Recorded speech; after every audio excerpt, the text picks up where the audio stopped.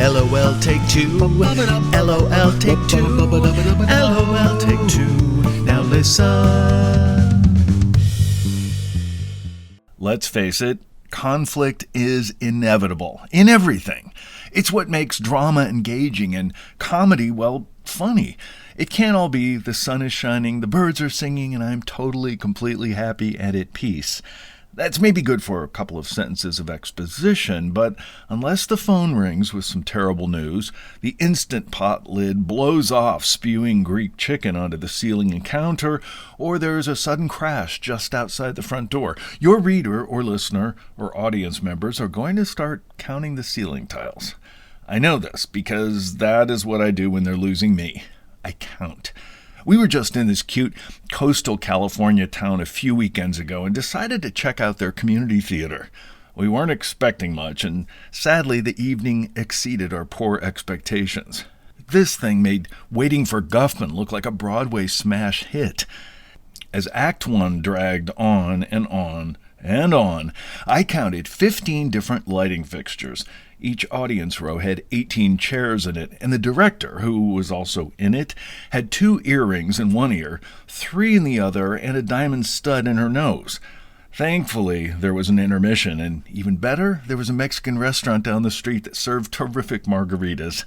I felt bad for leaving, but worse for myself that I could never get that hour and a half of my life back.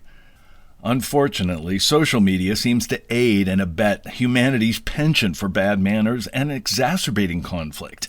Of course, the usual topics that fire up the most agitation are politics, religious nonsense, and sports posts. People just love jumping on and getting into pissing contests with total strangers over their opinions, and then folks pile on top of them with more comments and emojis. You want to know the most cantankerous people on Facebook? The Broadway and musical theater groups. I mean, these people are vicious.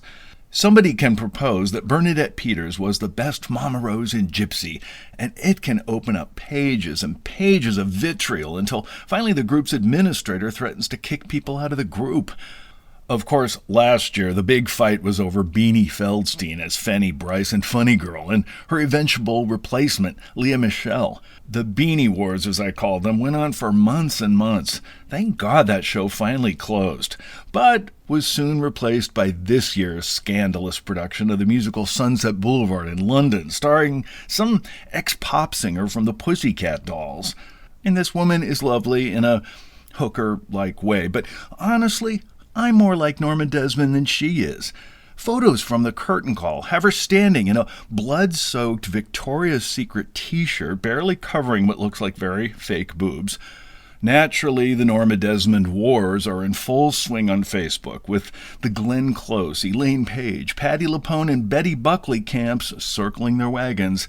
The Glenn Close camp seems to be the meanest group.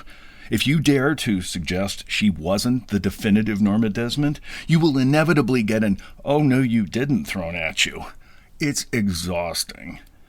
Of course, conflict is inevitable and everywhere, but I know some people who seem to create it just to create it. There was this actress I used to audition with when I was going up for young married couples in commercials. She was lovely, and her name was Juliet. But when she entered a room, she was like a tornado of chaos. Her ridiculous clear plastic purse would always manage to spill its contents all over the floor. She would argue with whoever was auditioning as her husband about irrelevant things, and when you'd be on camera with her, she'd suddenly bring all attention back to herself by basically sucking the air out of the room. Eventually, those of us who were forced to pretend to be her husband began to rebel. When the session runner would call out, "Tony and Juliet," I'd take him or her aside and say, "I'm not going in with her. Sorry. I'll wait." Otherwise, this was a total waste of my time, having showered, shaved, driven, and parked, only to have my audition hijacked by this conflict-craving vampire with a plastic purse. To be fair, I have had my own moments of completely unnecessary self-created conflict, of which I am not proud. But I was like 5, okay? For a year until I was 6, we lived in Hastings, Nebraska, where my dad was some kind of assistant manager at Montgomery Ward. Hastings was a small town in the middle of Nebraska, and I'm not even sure why it existed. It wasn't on any river. There was no adorable Music Man town square. It was totally flat. I guess two railroads intersected there at one point, but that hardly seems a reason to set up a town. Yet, Hastings does hold the distinction of Edward Perkins inventing Kool-Aid there back in 1927. In fact, Hastings celebrates the invention with the Kool-Aid Days Festival every August. Yay, a festival dedicated to high triglycerides. Another distinction was that the Donner Party passed through Hastings on its way to getting stranded in California, where they eventually practiced cannibalism. Too bad Kool-Aid hadn't been invented. Perhaps the Donner Party wouldn't have been so hungry later on and eaten a little more sensibly. Just wondering. My family lived in this really cute little craftsman house we rented on California Street. My best friend from school, Danny, lived a couple of doors down. We were this boring, normal family of 4 who went to Mass every Sunday. Danny's family was wild. It was 1969, and his father was a doctor in a mental hospital and worked at all hours. I remember his mom was this lovely, teetotaling Mormon lady. We hardly ever saw his dad, but he always seemed tired after days and nights of dealing with the crazies. Danny had a brother and sister, I remember, both hippies with incense always burning, beads hanging in each of their bedroom doorways, and his brother kept a baby alligator in one of the bathtubs. Danny's house was completely unsupervised. We'd climb all over the cabinets, counters, and the refrigerator. Nobody cared. In his backyard, there was a ladder that went up to the roof of the garage. From there, you'd grab onto a rope and swing all across the entire backyard, 2 stories in the air. It was great. It was like a 6-year-old's version of Burning Man festival. And there was this meek kid we went to school with, whose backyard backed up to Danny's. One day, the poor kid was playing in his sandbox and completely minding his own business. I don't know what possessed us, but Danny and I walked over into his yard, stood over this kid, and proceeded to bully him. I don't remember what we said, but we were awful little thugs, and I remember that we both spit on the ground next to the sandbox. We looked up and saw his dad watching us out the window. We hightailed it back to Danny's garage roof. Pretty soon, the kid's kind of haughty white trash dad came stomping by, saw us on the roof, and said, "I don't want either of you ever to come in my backyard." And he proceeded on. I guess nobody of any authority was at Danny's, or maybe he saw the alligator. So we went on to my house. 15 minutes later, I heard my mom calling me. I went home and my folks asked why I had been tormenting that kid, and I had no reason. I didn't think quick enough to blame the Kool-Aid. But I was punished, and most importantly, I felt ashamed of myself that I had been so awful to this kid just because I could. Talk about unnecessary conflict. Plus, I found out the haughty white trash dad had threatened to beat up my dad, all because of me being an idiot. One other, not my best moment, was when I was off to Urbandale High School.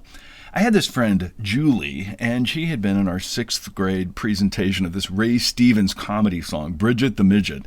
My best friend Tony and I used to go over to Julie's and jump on her trampoline. One time, for some reason, Tony was dressed in his Bridget the Midget dress and wig, and the neighbor kids came over asking who this odd little girl was jumping on Julie's trampoline. We told the neighbor kids that it was Julie's long-lost cousin who was visiting from the South. Now, Julie's mom wore this enormous Priscilla Presley hairdo, so it's no surprise that they believed our story. Julie went off to the Catholic high school, Dowling, and we went to Urbandale High. And at some point, somebody asked me how Julie was doing. I have no idea why I said this, but I mentioned something in passing about Julie being pregnant. This just came out of my mouth. It was not meant to be anything but nonsense. Well, a month later, I woke up in my basement bedroom, and my father said that Julie's dad was in our kitchen upstairs. Apparently, it had gotten back to everyone at the Catholic high school that Julie was pregnant because I had said so. And again, her father also threatened to beat up my dad. Sorry, Dad. One of my acting unions, SAG-AFTRA, has been on strike this entire summer.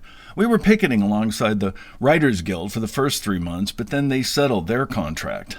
Back in the summer of 2000, we actors went on strike over the TV commercial contract, and it was a horrible, conflict-filled summer, turning in scabs, picketing non-union shoots, and lots of yelling, and basically a summer filled with undue stress. This summer, the stakes are just as high, if not higher. And it's probably just my age and the fact that I've been there, done that, but my time on the picket line has been a lot more mellow. I pump a fist in the air when somebody honks. I use my Map My Walk app to track the 4 to 5 miles I get marching around Disney Studios. And unlike Teamsters, where there's violence and threats of breaking car windows and legs, and the actors and writers, it's more like a big cocktail hour. Lots of schmoozing, catching up with people you've worked with over the years. I haven't seen Juliet on the picket lines. To be honest, the Writers Guild had better picketing snacks than the Actors Guild. Little cans of flavored Pringles and Porto's potato balls versus little packets of Ritz crackers that SAG offered to help us keep up our strength. Although, to be fair, my writer friend Adam said, that's because writers don't have to fit into wardrobe. I feel passionate about what I'm picketing for, but I know something will eventually get worked out. It almost always does. So while we wait for the strike to be over, it's back to the Norma Desmond wars on Facebook. I saw Patti LuPone play Norma Desmond in the original London production of Sunset Boulevard back in 1993. I also auditioned and had callbacks for, and saw Glenn Close play the part here in LA before she went to New York.